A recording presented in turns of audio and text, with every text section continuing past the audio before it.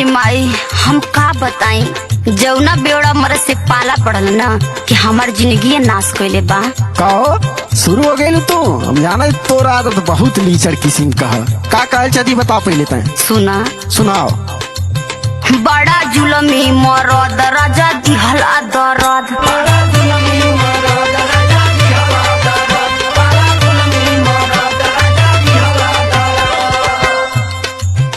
बड़ा जुलमी मरद राजा दिहला दरद, करुआ तेला वाला गा के कमरियों में। करुआ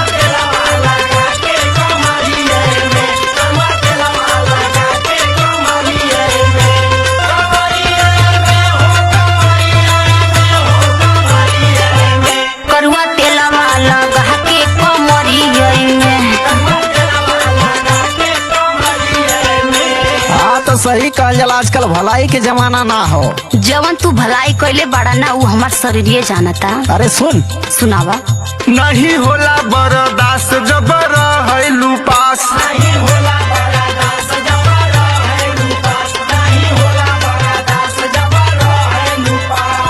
हाँ तो सुनावा आज तू। नहीं होला बर्दाश्त जबर हैलू पास, जान मारैलू कई के सिंगरवाना।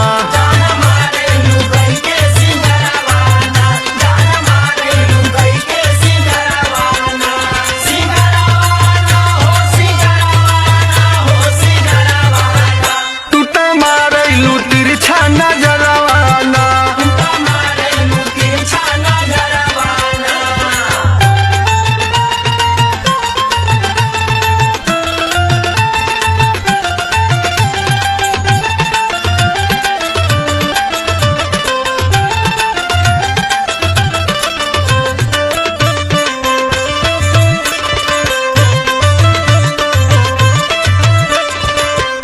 एक ठे बात बताई, हाँ। जब से तोहरे घरे आइल ना हमार शरीरिया गल के आधा हो गइल बा। ओहो कितना अच्छा बात करे थे।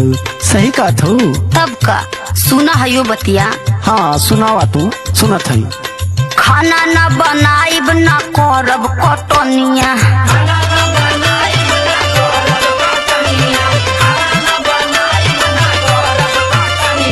हाँ तो एसी लगवा दे भाई। सुन। कहेरी सियालू दवाई खाला धनिया।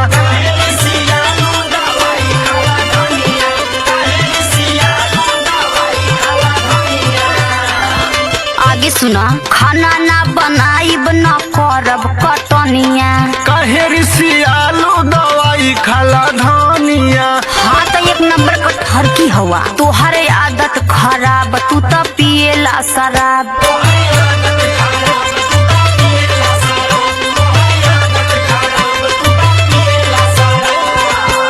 तोहरे आदत खराब, तू तो पिएला शराब। मजा मारेला दिन दोपहरिया में।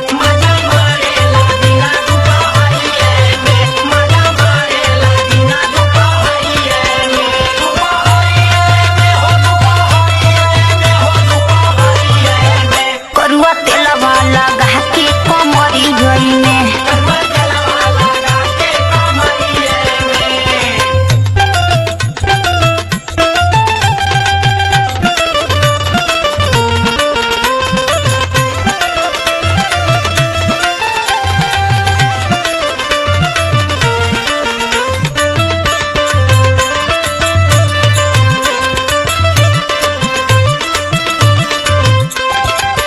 हाँ तो सुनला, नशा नाश करेला। तोहारी यह आदत रही ना तो हम दूसरा रास्ता धोले। धमकी दे अधिकार है। अरे जवन तू समझला। अच्छा। 7 बजे पजरवा तो बिमल गोरी आई।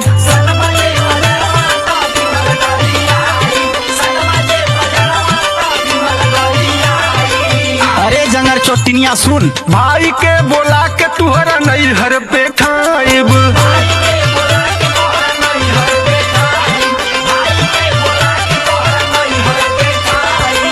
हाँ तो ये क्लियर है। 7 बजे पजरवा तो विजय गोरी आईब। भैया के बोला के तुहरे नैहर पे खाइब।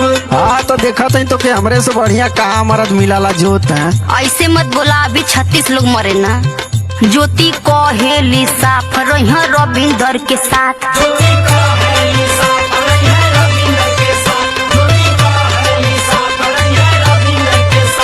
ई लोग माने ले हमके।